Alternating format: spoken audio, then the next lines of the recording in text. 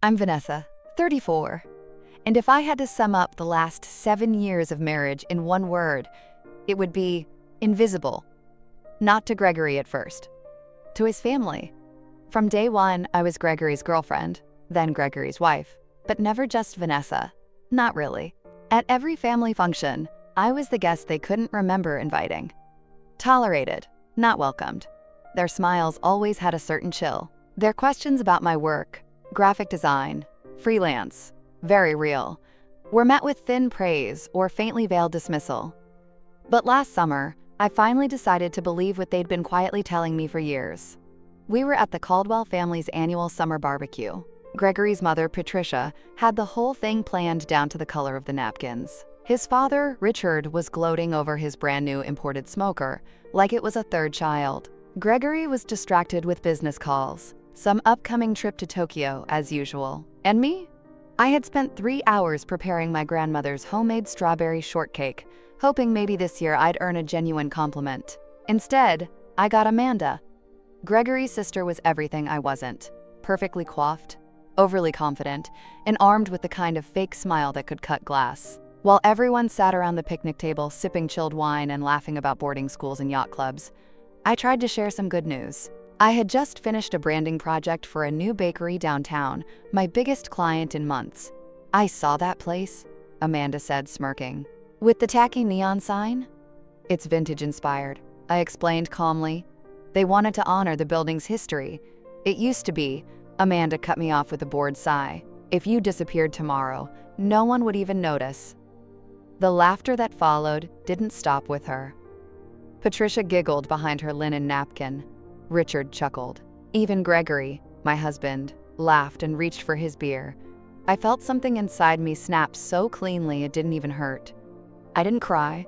I didn't yell. I didn't make a scene. Instead, I raised my hot dog in a mock toast, locked eyes with Amanda, and said clearly, "Challenge accepted." Silence. Confusion flickered in her eyes, and even Gregory paused mid-sip. But Patricia clapped her hands and chirped something about Richard carving the brisket. And just like that, the moment passed. But it hadn't passed for me. That night, while Gregory slept beside me, snoring lightly, his phone still buzzing with unread messages, I stared at the ceiling, wide awake. I thought about that hot dog toast, about the way their laughter drowned out my presence, about all the little ways they made sure I knew I didn't belong. And I made a decision. At 2 a.m. I slipped out of bed and padded to my office. I opened my laptop and started looking at apartment listings in Seattle, where my sister Olivia lived. I checked transportation options, bank accounts, quiet options, clean breaks. By sunrise, I had a rough plan. And by the end of the day, I was gone. Not with drama, not with accusations. Just a note on the counter, half the savings I was entitled to, and my wedding ring placed gently on top of a napkin, the same kind Patricia used to hide her laughter. Gregory never saw it coming, but maybe he should have. Because when someone spends 7 years trying to prove they belong and finally realizes they never will, walking away becomes the only act of self-respect left. And so I did. Seattle met me with rain.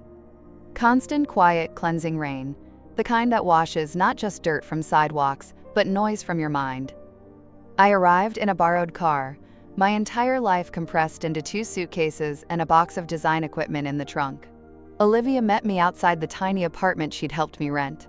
Month to month, no questions asked. Perfect. The place was small. A studio with creaking wooden floors, an old gas stove, and windows that let in light like it was something precious. And yet standing in that space, a far cry from the suburban palace Gregory and I shared, I felt free. No one watching me, no one waiting to correct me, just me. The first few days passed like I was living underwater. I turned my phone off, ignored the buzzing, let Gregory's world implode without my input. Jessica, my old college roommate, drove up 2 days later with the rest of my things. She didn't ask for details. Just helped me carry boxes and unpack with that quiet kind of friendship that doesn't require words. When she finally asked why I left, I told her the truth. They laughed, Jess. All of them. Amanda said I could disappear, and they laughed. Even Gregory. Jessica blinked once. Then let them live in the silence you leave behind. That first week, I didn't cry. Not really. I felt still, empty, but not broken. I opened a new bank account, set up mail forwarding through Jessica, bought a new SIM card, started recreating a life that belonged only to me. I also applied for freelance work, cautiously, quietly. Nothing major at first, just formatting projects, templates. The kind of work no one praised, but which slowly rebuilt my sense of usefulness. And still, Gregory's messages came. Where are you? Call me. This is insane, Vanessa. I have that Tokyo trip in 3 days. Your mother is worried. At least tell her you're alive. I don't know what you're trying to prove, but this is cruel. Take your space. We'll talk when I get back. He never once mentioned Amanda's joke, never once acknowledged the moment everything cracked. It was like he was trying to fix a shattered mirror without admitting it had fallen in the first place. On the 6th day, I visited a local coffee shop to escape the apartment. It had murals on the walls, mismatched chairs, and a barista who complimented my necklace and didn't ask why I looked tired. There, I met Eleanor Marshall. She was in her 50s. Gray-streaked hair pulled into a high bun, bright blue eyes, and a voice like steel wrapped in velvet. "You're a designer?" she asked, after spotting me doodling in my notebook. "Good. We need one." For her shop? Yes. But not just for that. "Don't show me your resume," she said. "Show me what you do when no one's paying attention." So I did.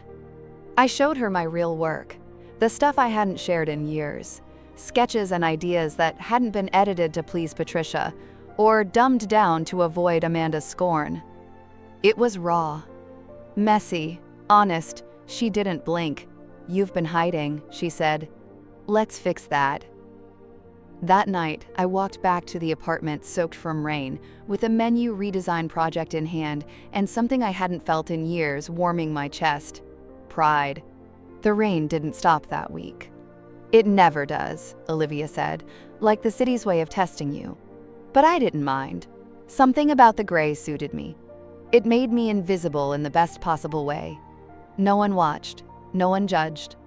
I walked everywhere, my thoughts pacing with each step, and started to understand what silence could feel like when it wasn't empty, just unburdened. Eleanor's project gave me structure. Every morning I showed up at her cafe with my laptop and my sketch pad. The place became my temporary office, and she became a kind of mentor, not in the motivational quotes way, but in the way she asked hard questions and didn't let me dodge them.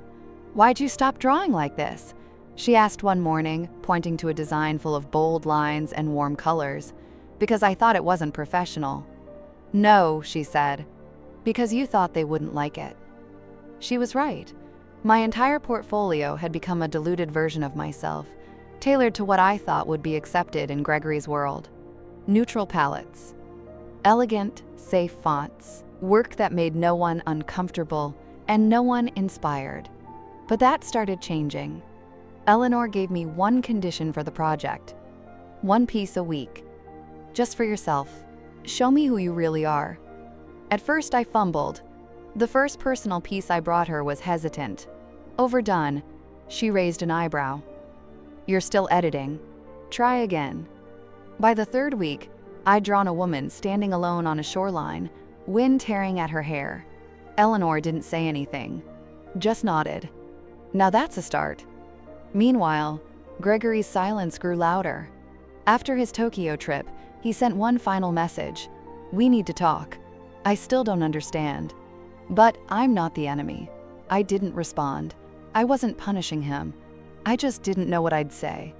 That I couldn't explain something he never really tried to understand? That silence in a marriage isn't peaceful, it's deadly?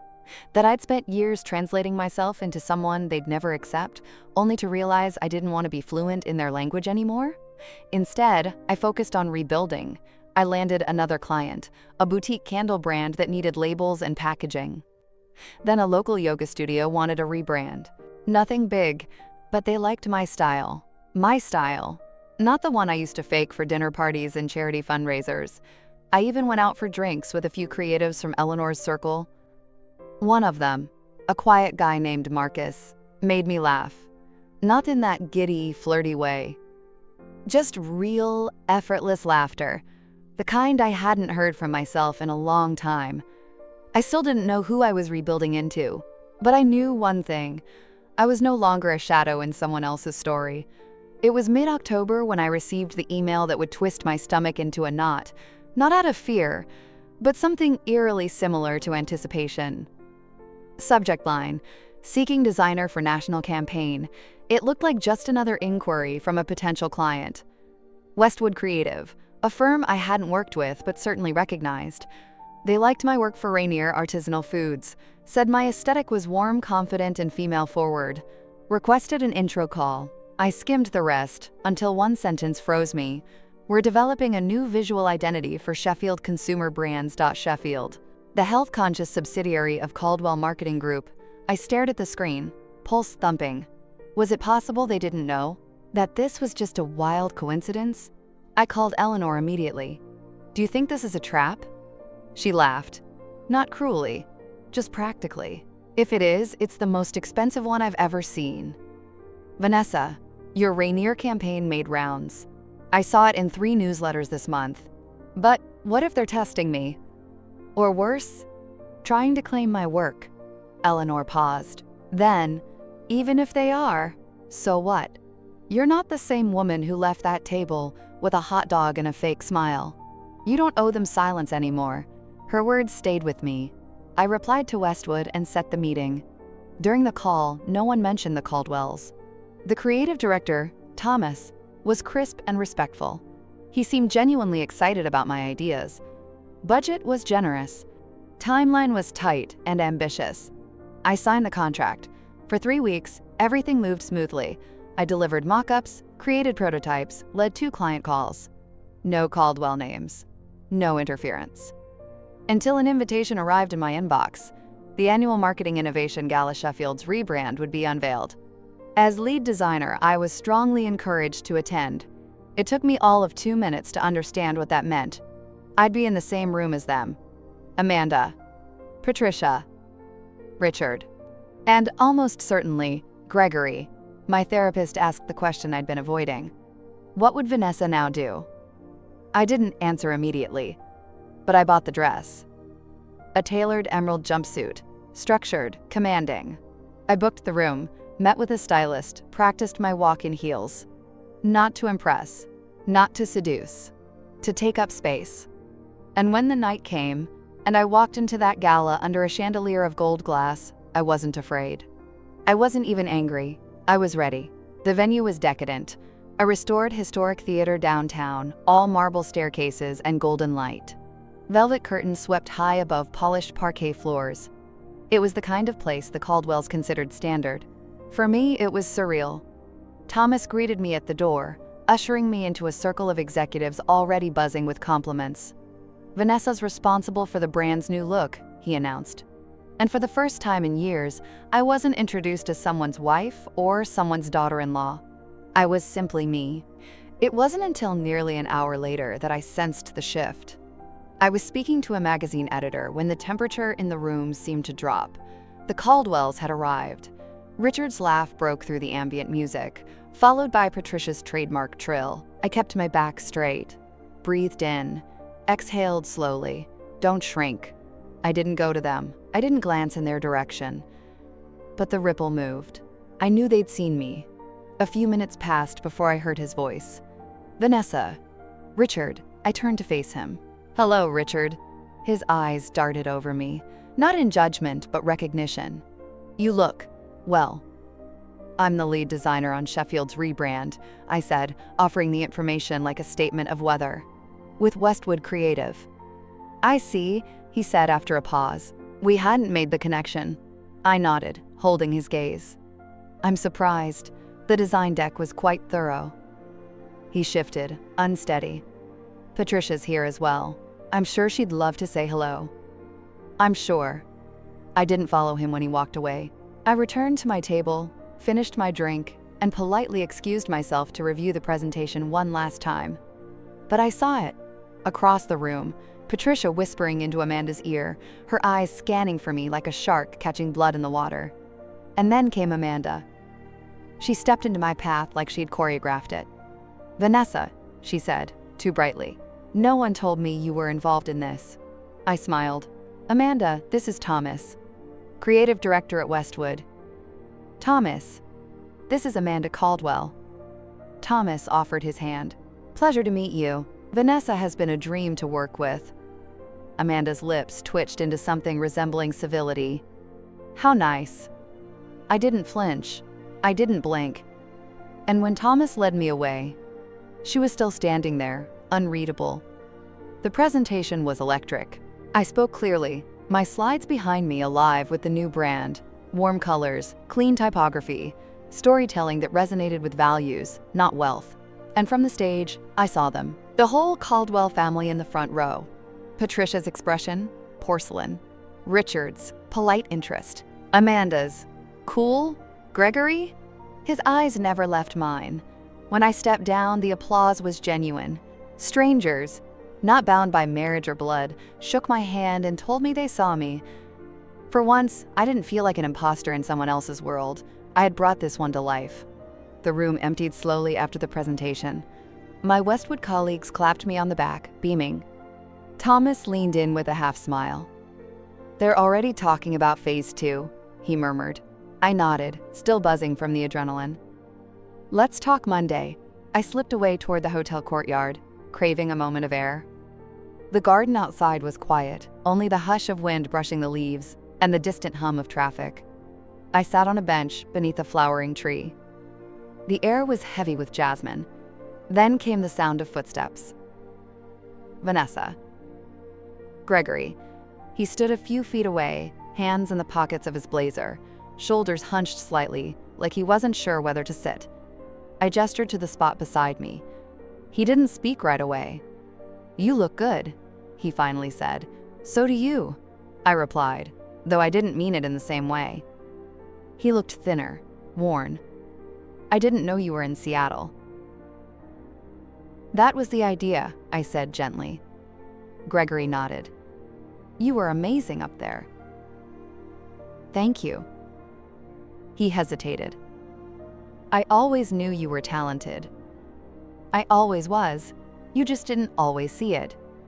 Silence settled between us like fog. He looked at the gravel path, then up at the sky. "I've been in therapy," he said finally. "Started a few months after you left. At first it was just to say I tried, but it helped." I tilted my head. "I'm glad." He took a breath. "I was blind for a long time. I thought supporting you meant money, providing a life. I didn't realize what you were giving up to make it all work." "You didn't want to see," I said, not unkindly. Gregory looked down, then up again with a kind of desperate honesty I hadn't seen from him in years. "I miss you." There it was. The moment.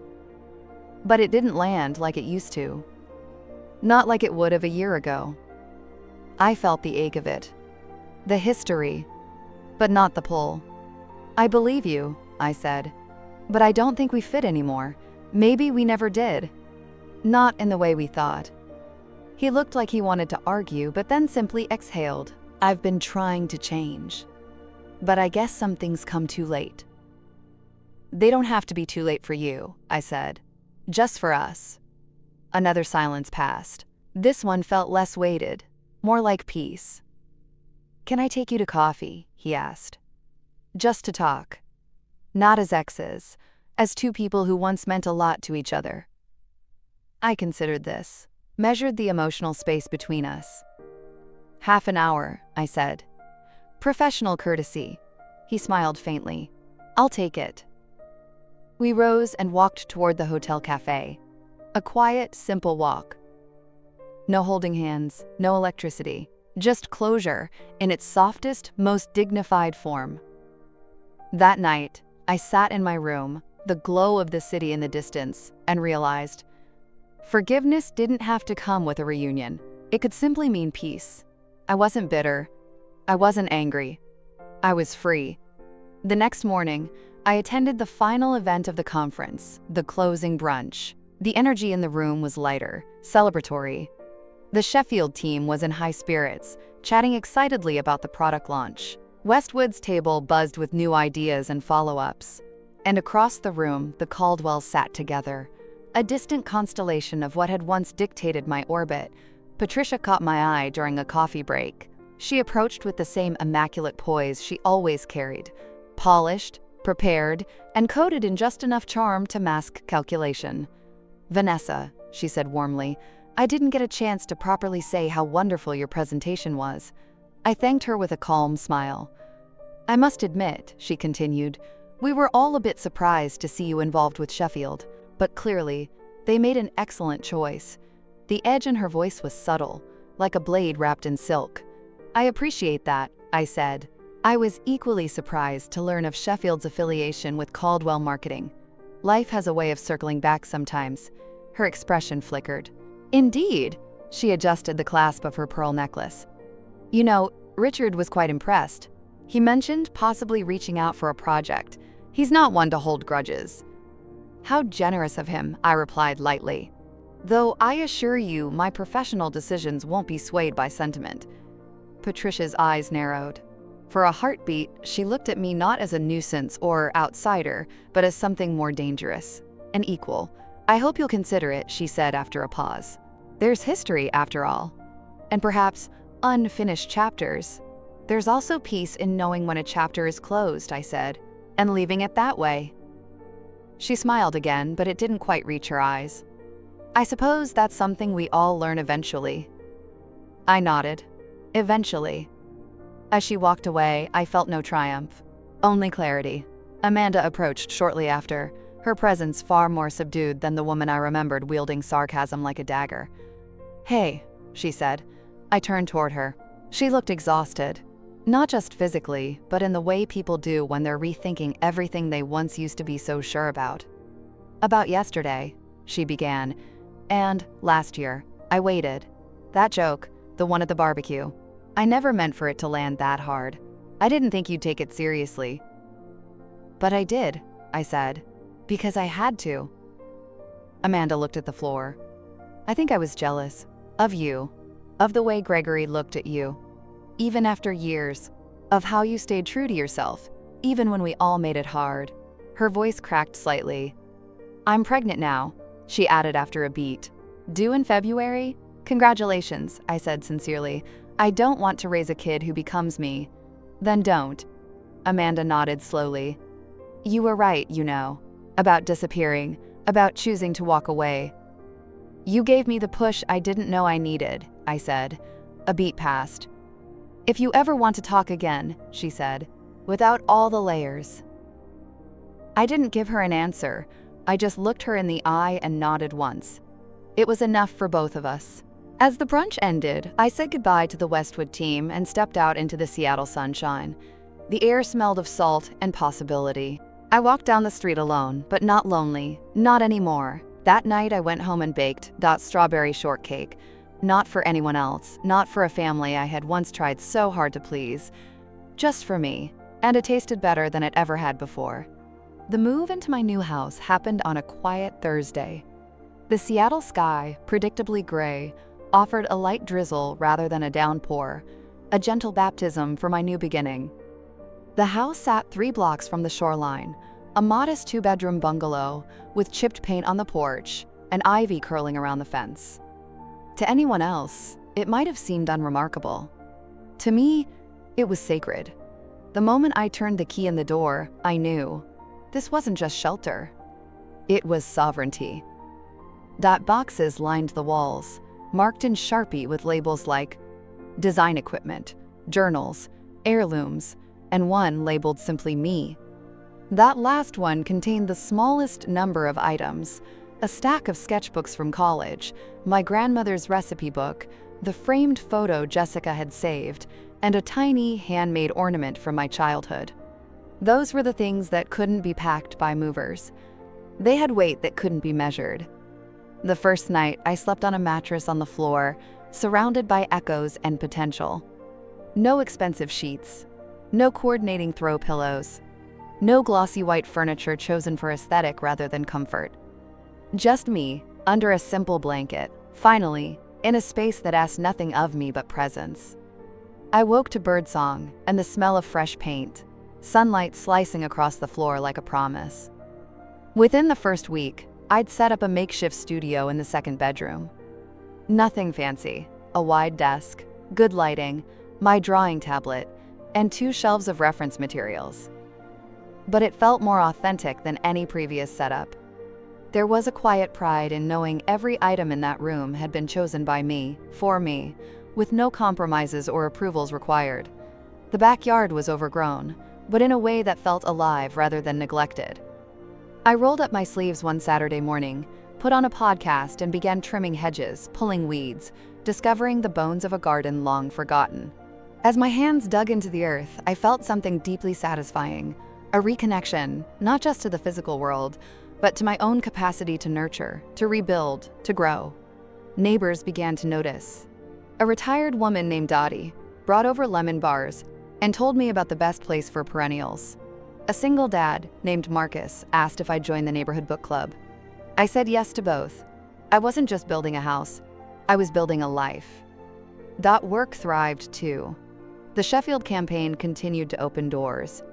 2 new clients signed on, both referred through the network I'd built from that project. I finally hired a part-time assistant to help manage the growing workflow. Her name was Ruby, a sharp, artistic recent graduate with the same fire I once had and was now rediscovering. One afternoon, Ruby asked about a framed quote by my desk.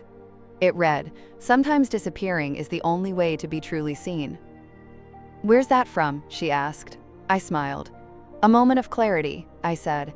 "At a barbecue, with a hot dog." She laughed, confused but respectful.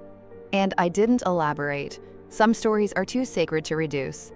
That weekend, I hosted Olivia and Jessica for dinner, the first real dinner in my new home.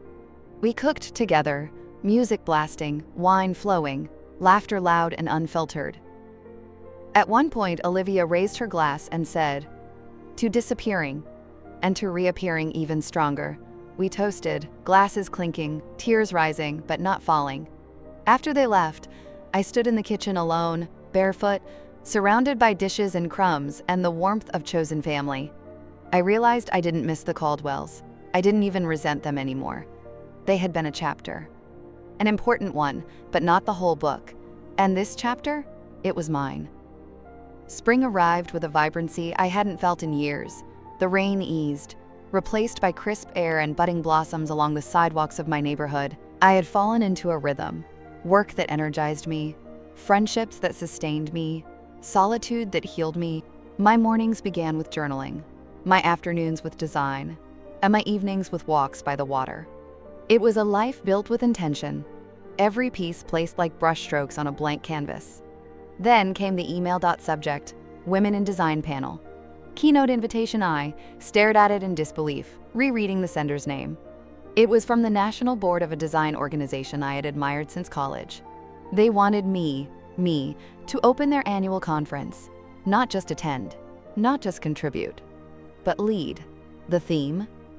Visibility and voice, reclaiming space in creative industries. I laughed aloud.